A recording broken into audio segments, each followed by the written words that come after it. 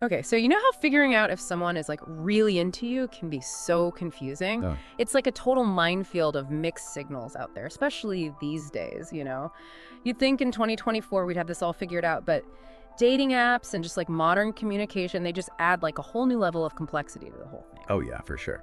So today we're diving deep into a source that promises to like help cut through the confusion. We're going to be unpacking this video titled 5 Signs She's Not Into You. Now, before we jump in, I want to be clear, like the goal here, it isn't to like diagnose any specific situation you might be in, but more to give you some tools to help understand those like sometimes kind of baffling relationship dynamics? Exactly. It's like giving you a new lens Yeah, to see those sometimes confusing signals through. I love that. Okay, so let's unpack the first sign from the video. Lack of communication. The source emphasizes that communication is like the bedrock of any connection. So if someone is into you, they'll put in the effort, right? Right. But it's not just about the quantity of communication. It's also about the quality and the effort behind it. If someone is genuinely interested, they will be engaged in the conversation, asking questions and responding in a timely manner. Think about it. Have you ever been excited about a message from someone you liked? You probably didn't wait a whole 24 hours to craft like a one-word reply. That is so true. I know I've been guilty of like reading way too much into response times before, but how do we differentiate between someone who's genuinely busy versus someone who's just not that interested? Well, that's where you kind of have to look for patterns. If someone consistently takes ages to respond, or their messages feel like an afterthought, it might be a sign that they're not prioritizing you. They might be breadcrumbing you, keeping you on the back burner, just in case their other options don't work out. Breadcrumbing. That's a good one for the dating dictionary. I'm taking notes. So consistent lack of effort or only reaching out when they need something, those are red flags to watch out for. Exactly. It's about recognizing when you're consistently putting in more effort than the other person. And that can be a real drain on your emotional energy. Sometimes we make excuses for people because we want to believe they're into us. But you deserve someone who's enthusiastic about communicating with you, someone who sees you as a priority. So true. I think it's so easy to get caught up in the potential of a relationship and kind of overlook those early warning signs. Okay, so communication or lack thereof can reveal a lot. What about the frustrating scenario of flaking out? Our source says this is a big sign that someone might not be into you. Yeah, and this one ties in directly with what we were just talking about respecting someone's time. If someone is constantly canceling plans at the last minute or coming up with vague excuses, it's a sign that they're not prioritizing spending time with you. Ugh, I can relate to that feeling of being let down. I've definitely had those moments where I've gotten all dressed up for a date, only to have it canceled at the last minute. Not a good feeling. Right. And while things do come up, sometimes a consistent pattern of flaking out shows a lack of respect for your time and effort. Someone who's genuinely interested will be excited about making plans and will follow through on them. They'll be communicative and make an effort to reschedule if something genuinely unavoidable comes up. So it's about looking for that consistency and effort. It's about feeling like you're a priority in their life, not just an option when they're bored or have nothing better to do. Exactly. And it's not about being demanding or needy. It's about recognizing your own worth and knowing that you deserve to be with someone who is excited to spend time with you. That's such an important point. It's about self-respect and knowing that you deserve to be treated well. Okay, so we've covered lack of communication and flaking out. This next one from the video is a bit more nuanced physical touch. It can be so tricky to decipher, right? It can be, but it's also a very powerful indicator of attraction. Now, I want to be clear that this is about consensual and comfortable touch, never about pushing someone's boundaries, but the presence or absence of physical touch can definitely offer insights into someone's feelings. I know, I've definitely been in those situations where I'm like, is this a friendly touch or is there something more to it? Like, are they just being polite by brushing my hand or are they genuinely interested? Yeah, those subtle cues can be hard to read, but think about it this way. Someone who is attracted to you will often find ways to initiate those subtle touches themselves. A light touch on the arm during a conversation, leaning in when you're laughing, or holding your hand while walking. These are all signs that someone wants to be physically closer to you.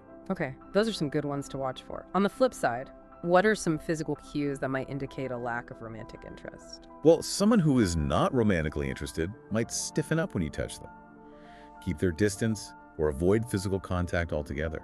They might even make comments about needing personal space or feeling uncomfortable with touch. So it's about paying attention to both the presence and the absence of touch. And of course, always respecting someone's boundaries and comfort level. Absolutely. You never want to make someone feel pressured or uncomfortable. It's about being attuned to those nonverbal cues and respecting their signals. Okay, so we've talked about communication flaking out and physical touch. This next one from the video, well, let's just say it's the one that stings a little. The dreaded friend label. Yes, the friend zone. It's not always easy to hear those words from someone you have feelings for. And sometimes people use the friend label as a way to let someone down gently. They might not want to hurt your feelings by being direct, so they'll soften the blow by emphasizing the friendship aspect of the relationship. I can see how that would be a gentler approach, but it can also be confusing and lead to false hope, right? Like maybe if I just keep being a good friend, they'll eventually realize they have feelings for me too. That's where it's important to pay attention to the specific language they use. Are they constantly referring to you as a good friend or saying things like, "You're like a brother to me"?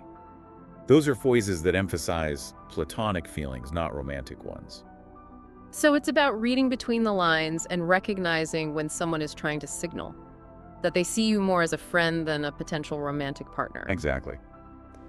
And as much as it might hurt to hear that it's ultimately better to know the truth than to cling to false hope, you deserve to be with someone who reciprocates your feelings, not someone who's just looking for a friend.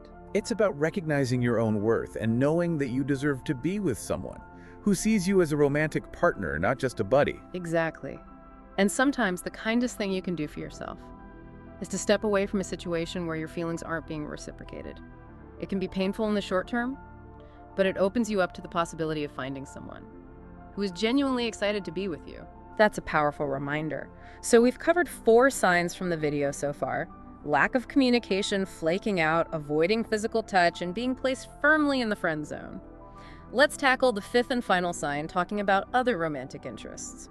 This one can be particularly disheartening, especially if you have feelings for the person. If someone is constantly talking about their crushes, venting about their ex, or mentioning other potential romantic partners, it's a clear sign that they don't see you in that light. Ouch. I can only imagine how hurtful that would be. It's like they're putting you in the role of a confidant, not a potential love interest. Right.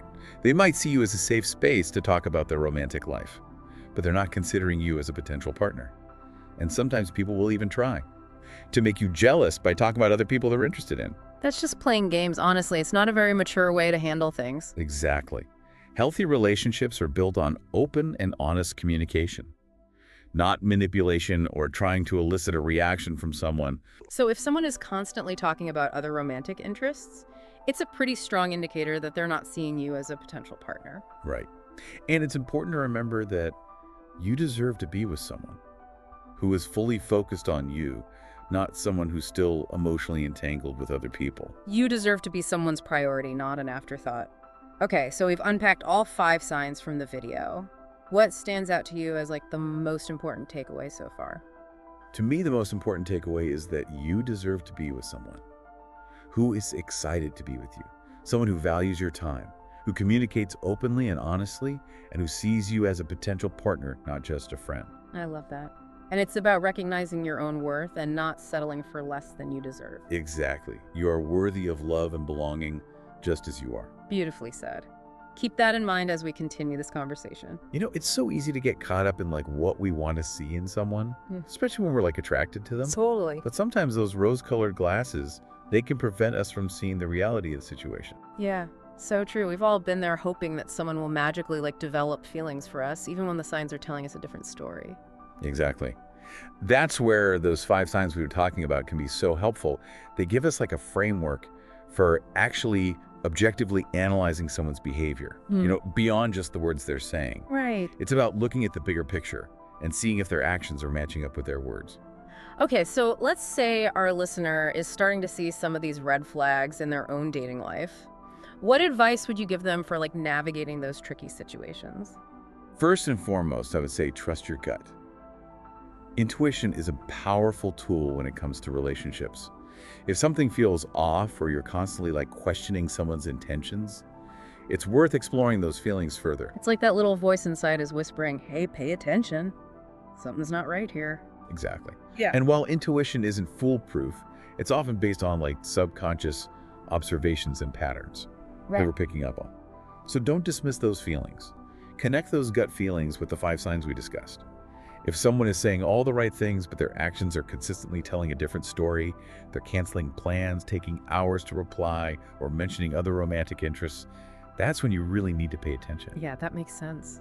Okay. It's about looking beyond the surface and seeing if their words match their actions. Yeah. But what happens when you see those red flags? It can be so intimidating to bring up those concerns with someone you're interested in. Oh, absolutely. It can feel risky to put yourselves out there, especially when you're already feeling vulnerable. Right. But open communication is key to any healthy relationship, even one that's just starting out. Okay, so how would you suggest someone approach that conversation? Start by simply sharing your observations and how their behavior is making you feel. For example, you could say something like, "I've noticed that we haven't been able to keep our last few dates, and it makes me feel like I'm not a priority to you." I like that. It's a good way to express your feelings without being accusatory or blaming them. Right. You're simply stating the facts and how they make you feel. And remember, you're not obligated to stay in any situation that's making you unhappy or questioning your self-worth. Absolutely. It's about setting boundaries and advocating for your own emotional needs. So clear, honest communication is key. Our source also touched on the idea of playing hard to get. What are your thoughts on that approach? Honestly, I think playing hard to get is a recipe for miscommunication and unnecessary drama. I'm inclined to agree. It just seems like it would create more confusion and potentially push someone away rather than attract them. Exactly. Authenticity is so important in building genuine connections. If you're constantly trying to play a role or present a version of yourself that's not real, it's going to be difficult to form a strong and lasting bond. It's like trying to build a house on a foundation of shifting sand. Perfect analogy. A solid foundation requires honesty, vulnerability, and a willingness to be yourself. So instead of playing games or trying to manipulate someone's feelings, it's much more effective to be open and honest about your intentions and expectations from the start. Right, and that sets the stage for a healthier and more fulfilling dynamic. It creates a space for open communication right from the beginning, which is essential for any relationship to thrive. Okay, so we've established that communication is key. But even when we're being open and honest, expressing romantic interest can still be nerve-wracking. What advice do you have for navigating that delicate dance?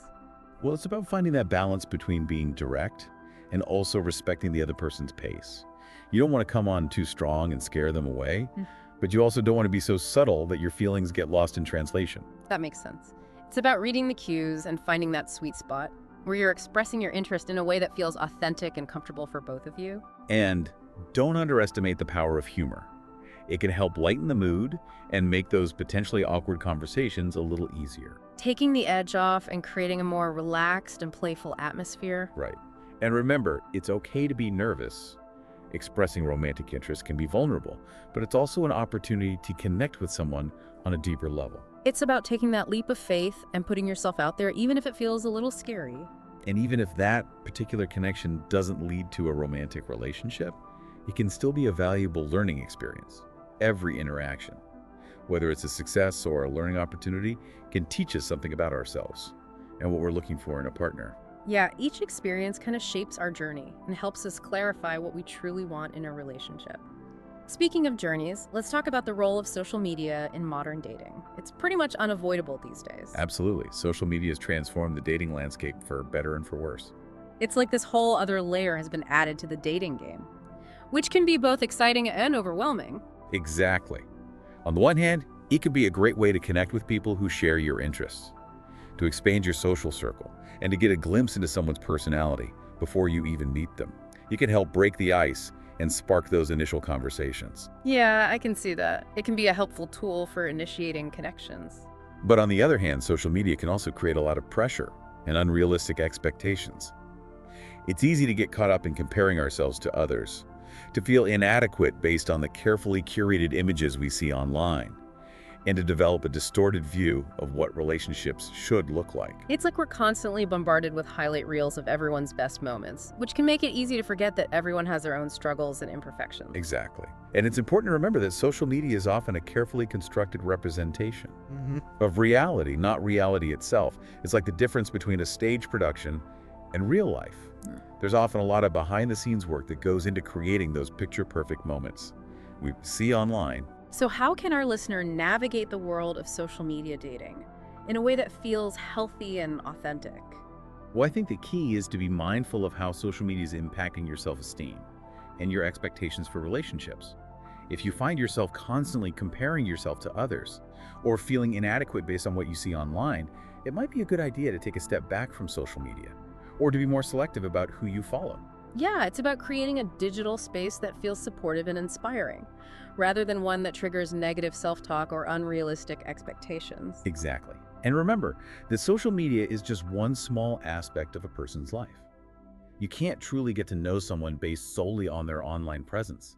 It's important to have those face-to-face interactions, to have real conversations, and to experience life together offline to truly build a connection. It's about finding that balance between the digital world and the real world, and remembering that the most meaningful connections are often forged through shared experiences, genuine conversations, and a willingness to be vulnerable with each other. Absolutely. Those are the ingredients that truly nourish your relationship and allow it to grow. And while social media can certainly play a role in facilitating those initial connections, it's important to remember that it's just a tool, not a replacement for the human element of relationships. Well said. Now let's shift gears again and talk about another aspect of dating. That can be particularly challenging, dealing with rejection. It's something that everyone experiences at some point, but it can still be a painful and disheartening experience. Absolutely. Rejection can be a real blow to the ego, and it can trigger feelings of inadequacy, self-doubt, and even a sense of shame. It's like that feeling of not being good enough or not being wanted. Those are tough emotions to deal with. They are. But it's important to remember that rejection is not a reflection of your worth as a person. Right. It's often more about the other person's preferences, their circumstances, or even just bad timing. Exactly. It's not necessarily a personal attack on you, and it's certainly not a reason to give up on love or to question your own lovability. So how can our listener cope with those feelings of rejection in a healthy and constructive way? First and foremost, allow yourself to feel those emotions. Don't try to suppress them or pretend they're not there. Acknowledge the hurt and disappointment and give yourself permission to process those feelings. It's about honoring your own emotional experience and not judging yourself for feeling hurt or disappointed. Exactly. And remember that rejection is a normal part of life, especially in the realm of dating. It doesn't mean there's something wrong with you. It simply means that this particular person wasn't the right fit. So it's about keeping perspective and not letting one person's opinion define you or your future prospects. Right. And it's important to surround yourself with a supportive network of friends and family who can offer encouragement and remind you of your worth. Lean on those connections that bring you joy and make you feel good about yourself. Yeah, it's those connections that can really help us through those tough times and remind us that we're not alone. And if you're finding it particularly difficult to cope with rejection, seeking professional guidance from a therapist or counselor can provide support and strategies for managing those emotions. That's a great point. There's no shame in asking for help. And a therapist can provide valuable tools and perspectives for navigating those challenging emotions. Remember, every experience, even the difficult ones, can teach us something valuable. It's about finding the lessons within those experiences and using them to move forward with greater self-awareness and resilience. Exactly.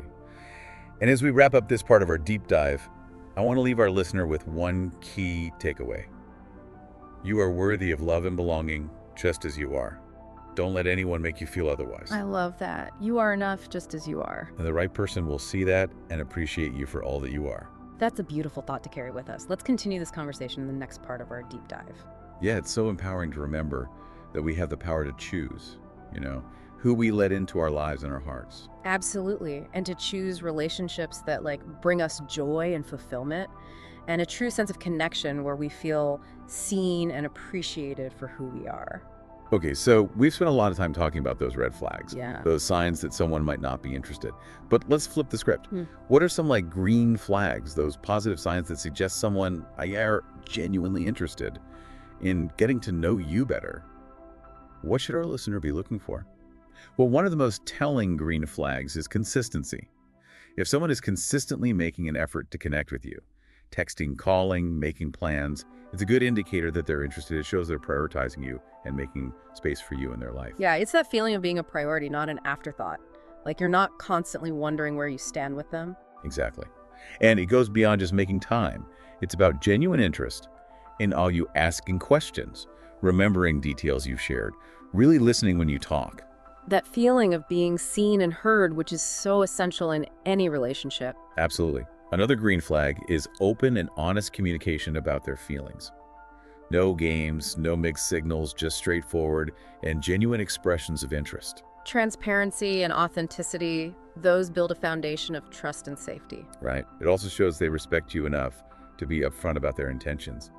Now, we talked about how lack of physical touch can be a red flag. What are some positive signs in that area? Yeah, what are those green flags that someone is physically attracted to you and wants to be closer, in a way that feels good, natural, of course? As always, it's about consent and mutual comfort. But someone who's naturally drawn to you physically might find subtle ways to express that. Touching your arm during conversation, leaning in when you're laughing, holding your hand while walking. It's those little gestures that speak volumes, often more than words can. Exactly. And it's not just the touch itself, it's the energy behind it. You can feel the difference between a touch that's genuine and heartfelt versus one that's forced or awkward. Like there's that spark, that connection that makes even a simple touch feel electric. Right? Another green flag is excitement about a future with you. Making plans talking about future adventures, including you in their long-term goals. It's that feeling of being part of their vision, not just a temporary fixture in their life. Exactly. It shows they see you as someone they want to build a life with, not just someone to pass the time with. So to recap, we're looking for signs of genuine connection. Consistency, open communication, mutual attraction, and a shared vision for the future. These are the things that make a relationship not just exciting, but sustainable. Those are the foundations of a healthy and fulfilling partnership. And as we wrap up this deep dive, I want to reiterate something we've touched on throughout this conversation. You are worthy of love and belonging just as you are. Don't settle for anything less than a relationship that brings you joy, respect, and a deep sense of connection. I love that. And trust your instincts. If something feels off, it probably is. You have the power to choose who you share your life with. Choose wisely and always prioritize your own well-being. Thanks for joining us on this deep dive into the complexities of attraction and relationships. Until next time, stay curious and keep believing in the power of love.